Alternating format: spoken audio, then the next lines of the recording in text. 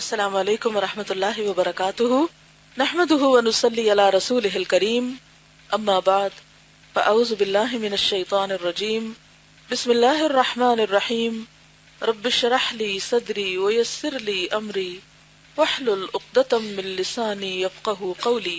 صفحہ نمبر 261، کتاب التزکیہ، حصہ اول. شکم یعنی پیٹ، اسٹمک، اور جنس کی یعنی سیکس کی خواہشات کا سدباب، زبان کی آفات، غیبت پر آمادہ کرنے والے اسباب اور ان کا حل، غضب، کینہ اور حسد کی مذمت، حلم اور عفو درگزر، دنیا کی مذمت، مال کی مذمت، مدح اور قناعت اور سخاوت، قناعت کے فوائد، بخل اور اس کی مذمت، ایثار کی فضیلت، حب جاہ کا علاج، حقیقی اور مصنوعی زہد. صفحہ نمبر 263 فصل اول. شکم یعنی پیٹ اور جنس کی خواہشات کا سدباب. سدباب کا مطلب ہوتا ہے ان کی روک تھام. معلوم ہونا چاہیے پیٹ کی شہوت سب سے زیادہ ہلاکت آفرین ہے. پیٹ کی شہوت سب سے زیادہ ہلاکت خیز ہے، سب سے زیادہ انسان کو ہلاک کرنے والی. بہت سی مصیبتیں اور بلائیں یہیں سے شروع ہوتی. اسی کی وجہ سے آدم علیہ السلام جنت سے نکالے گئے. اب دیکھیے کہ جنت میں کتنی بے شمار طرح کی نعمتیں تھیں اور اللہ تعالیٰ نے ان کو اجازت بھی دی تھی. آپ کو الفاظ یاد ہیں؟ کلا منہا رغدن حیث شئتما، جہاں سے چاہو، جتنا چاہو، جو چاہو کھاؤ، سوائے اس درخت کے، اس کے قریب نہ آنا. ایک درخت ہی تو تھا، لیکن اتنی کھلی آزادی اور اتنی بے شمار نعمتوں کے باوجود شیطان انہیں کس طرف لے گیا؟ اس چیز کی طرف جو ممنوع ہے. تو آپ کا کیا خیال ہے کہ آدم علیہ السلام کے پیچھے اگر وہ اس راستے سے پڑا تھا تو ان کی اولاد کو کیا اس راستے سے آنے سے چھوڑے گا؟ ہر شخص کے پیچھے جو شیطان پڑتا ہے اس میں سے شیطان کے اندر آنے کا ایک راستہ پیٹ کا راستہ ہے،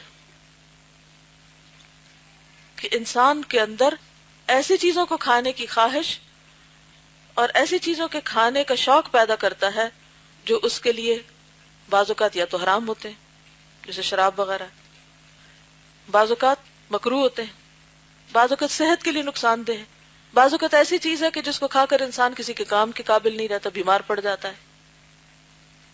بہت سے لوگ جن کو پتہ بھی ہوتا ہے کہ مثلا ٹھنڈا پانی ان کا گلا خراب کر دے گا، وہ نہیں باز رہ سکتے، پی کے دم لیتے ہیں کیونکہ انہیں اسی کو پی کے چین آتا ہے.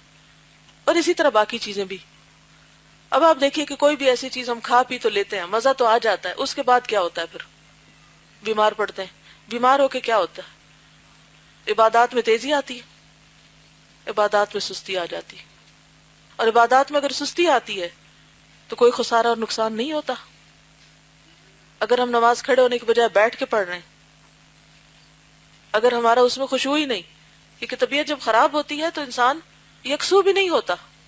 اور آپ نے دیکھا ہوگا کہ سب سے زیادہ اگر پیٹ میں کوئی گڑبڑ ہے تو نماز کا خشوع ہو سکتا ہی نہیں.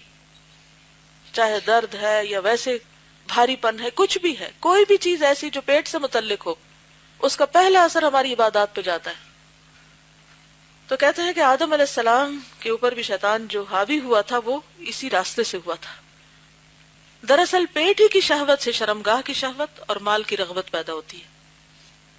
یعنی جب پیٹ بھرا ہوتا ہے تو پھر انسان اس کے بعد شرمگاہ کی شہوت پر توجہ دینے لگتا ہے، اس طرف چل پڑتا ہے.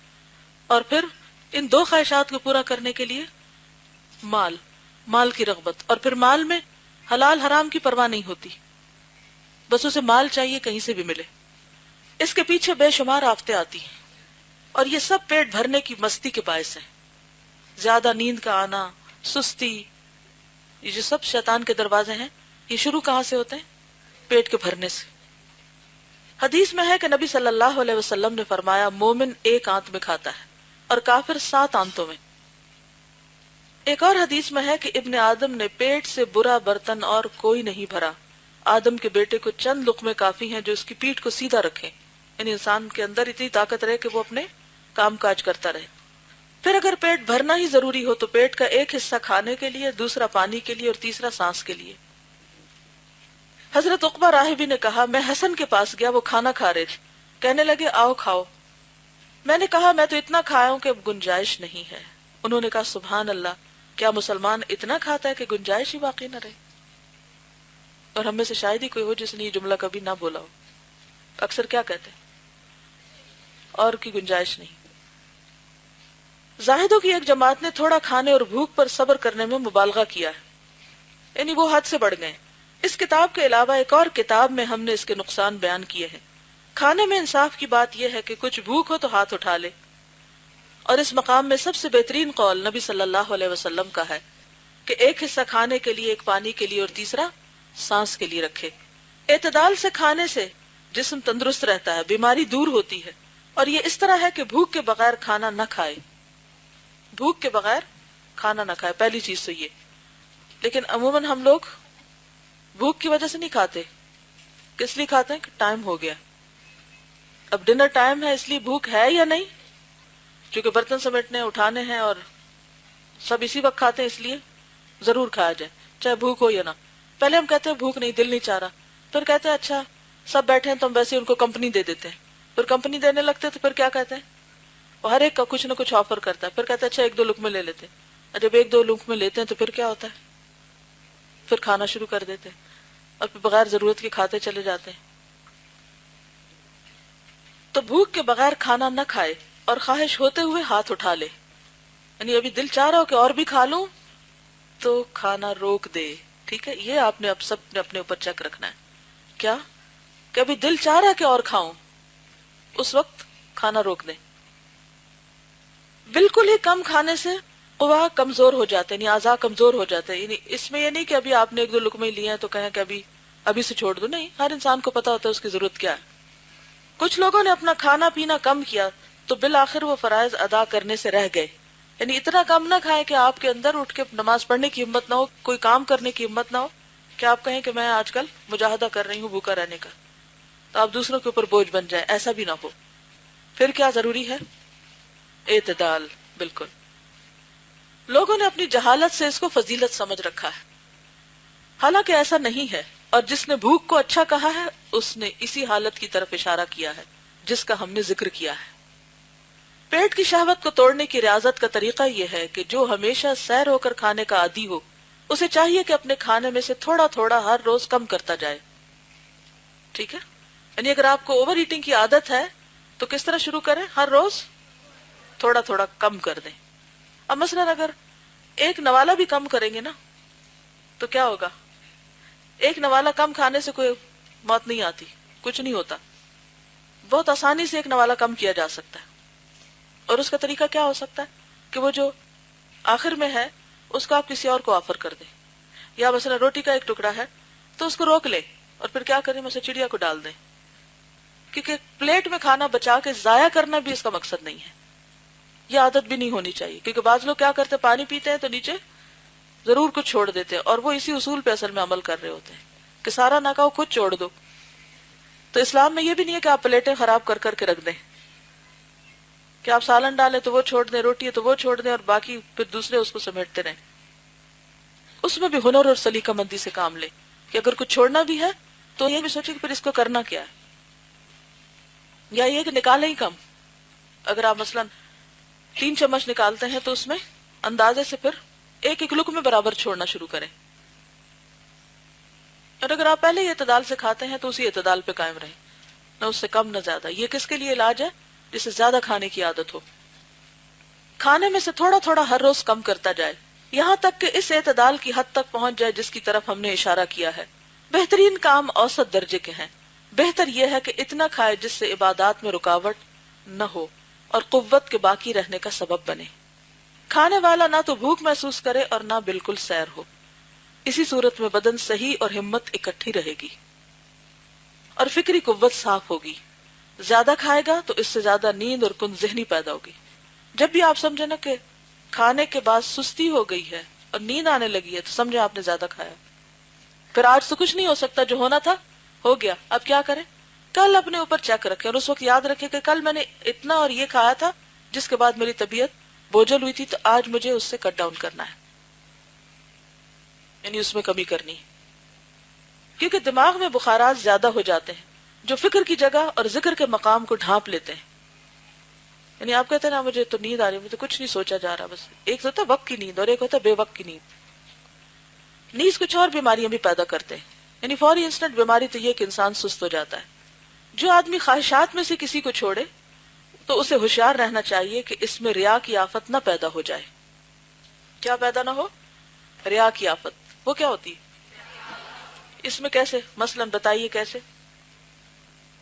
اکیلا ہو تو خوب کھائے اور کوئی سامنے ہو تو چھوڑ دے کہ دوسرے زاہد سمجھے، تو وہ تو پھر کوئی ثواب نہ ہوا۔ اور بعض سلف پسندیدہ خواہش کی چیز خرید لیتے اور اپنے گھر میں اسے لٹکا دیتے اور اسے استعمال نہ کرتے۔ یہ نفس کا مجاہدہ ہوتا ہے، اس کو ریاضت کہتے ہیں۔ کس بات کی ٹریننگ ہے؟ اپنے آپ کو کس بات کے لیے تیار کرنا ہے کہ چیز سامنے ہے، اپنی خواہش کو کنٹرول کرنے کی عادت۔ کیونکہ اگر کوئی چیز ہے ہی نہیں، گھر میں ہے ہی نہیں، سامنے ہی نہیں، تو پھر آپ کا دھیان جائے بھی تو پھر تھوڑی دیر میں مایوسی ہو جائے کہ ہے ہی نہیں، تو اب کیا بار بار سوچنا، نہیں تو نہ صحیح، بات ختم، بھول گئے آپ۔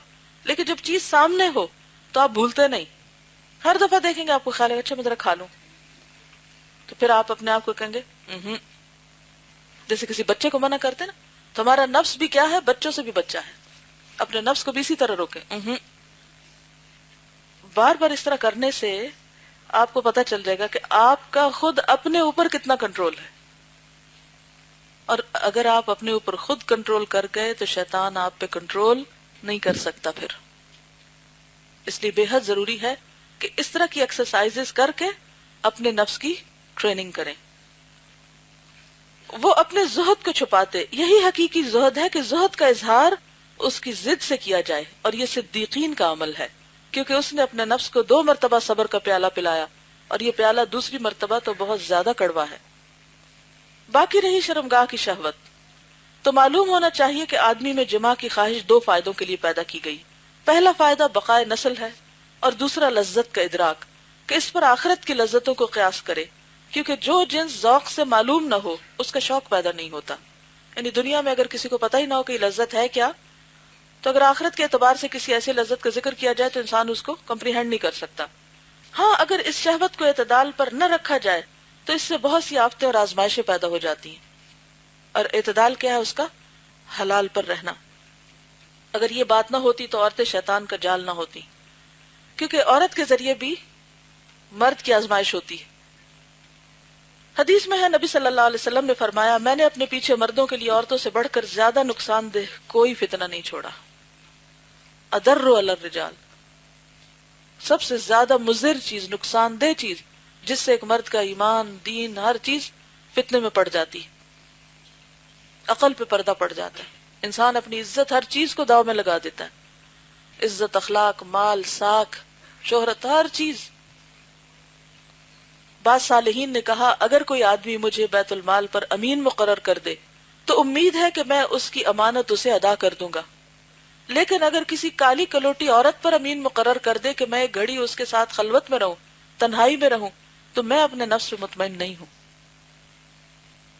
لیکن اس کے باوجود آپ دیکھیں کہ معاشرے میں کیا ہو رہا ہے، اس کو برائی سمجھا ہی نہیں جاتا، اور اگر کوئی یہ بات کرے تو کہتے تمہاری نیت خراب ہے، تم اپنی اصلاح کر لو۔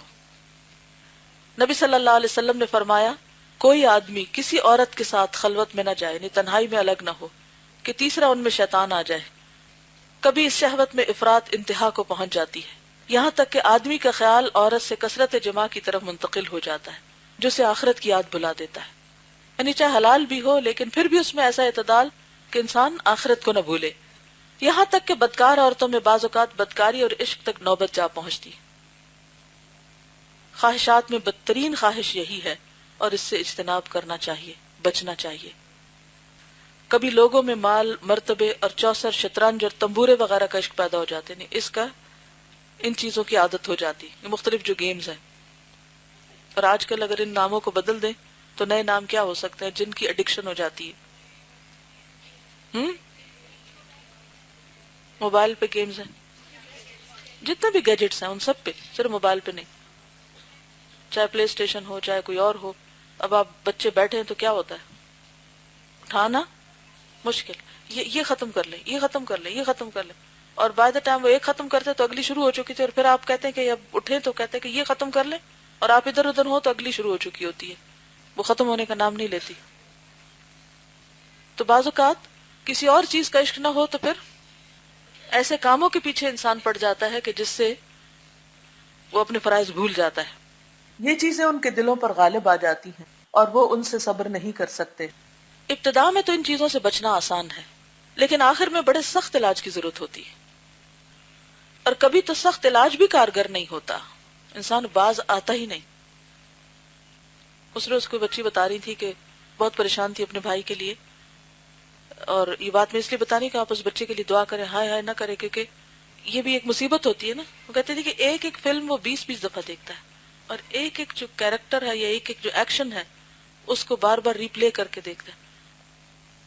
تب آپ دیکھیں کہ بچے ہیں بیچارے، لیکن کس مصیبت کا شکار ہو چکے ہیں، اور کوئی نصیحت، کوئی ڈراوا دھمکا، کچھ چیز اثر نہیں کرتی۔ تو اس سے بڑا کوئی امتحان ہو سکتا ہے کہ کوئی شخص اس نشے میں مبتلا ہو جائے، آنکھ، کان، دل، دماغ، مال، وقت، دین، ہر چیز کا نقصان۔ تو کہتے ہیں کہ ابتدا میں تو ان چیزوں سے بچنا آسان ہے، تھوڑا بہت ہو تو ہٹایا جا سکتا ہے، لیکن آخر میں بڑے سخت علاج کی ضرورت ہوتی ہے، اور کبھی تو سخت علاج بھی کارگر نہیں ہوتا۔ اس کی مثال یہ ہے کہ آدمی گھوڑے کی لگام پھیر دے، جب وہ کسی دروازے میں داخل ہونا چاہے تو لگام پھیر دینے سے گھوڑے کو روک لینا آسان ہے۔ اب چونکہ گھوڑا کبھی آپ نے چلایا نہیں تو اس لیے یہ مثال بھی شاید سمجھ نہ آئے، لیکن جو آدمی بیماری راسخ ہونے کے بعد اس کا علاج کرنا چاہے، اس کی مثال ایسی ہے کہ گھوڑے کو چھوڑ دے یہاں تک کہ وہ دروازے میں داخل ہو کر آگے نکل جائے، پھر اسے دم سے پکڑ کر پیچھے کو کھینچے، اور ان دونوں صورتوں میں کتنا بڑا فرق ہے۔ پیچھے سے کھینچنے سے کیا ہوگا؟ پکڑا جائے گا گھوڑا۔ تو نفس کا گھوڑا بھی ایسے ہی سرکش ہے۔ تو کوئی بھی جب خرابی شروع ہوتی ہے نا، اب دیکھیں کہ ایک مرد اور عورت کی جو دوستی شروع ہوتی ہے تو اس میں بھی کیا ہوتا ہے، وہ ایک دم ہی دوستی ہو جاتی نہیں، قدم بقدم، قدم بقدم، چھوٹی چیزوں سے بات شروع ہوتی ہے، اور پہلے وہ بڑی پاکیزہ اور بڑی خوبصورت لگتی ہیں، اور پھر شیطان اس کھڈے میں جا گراتا ہے جہاں سے نکلنا مشکل ہوتا ہے۔ تو ایسے فتنوں کو پہلے سے ہی روک دے۔ جب پتہ ہے اللہ نے حرام کیا ایک چیز تو پھر انسان اس کے قریب بھی نہ جائے۔ لا تقربوا الزنا، لا تقربوا الفواحش۔ اوکے، جزاکم اللہ خیرا۔ سبحانک اللہم وبحمدک، نشہد ان لا الہ الا انت، نستغفرک ونتوب الیک۔ السلام علیکم ورحمۃ اللہ وبرکاتہ۔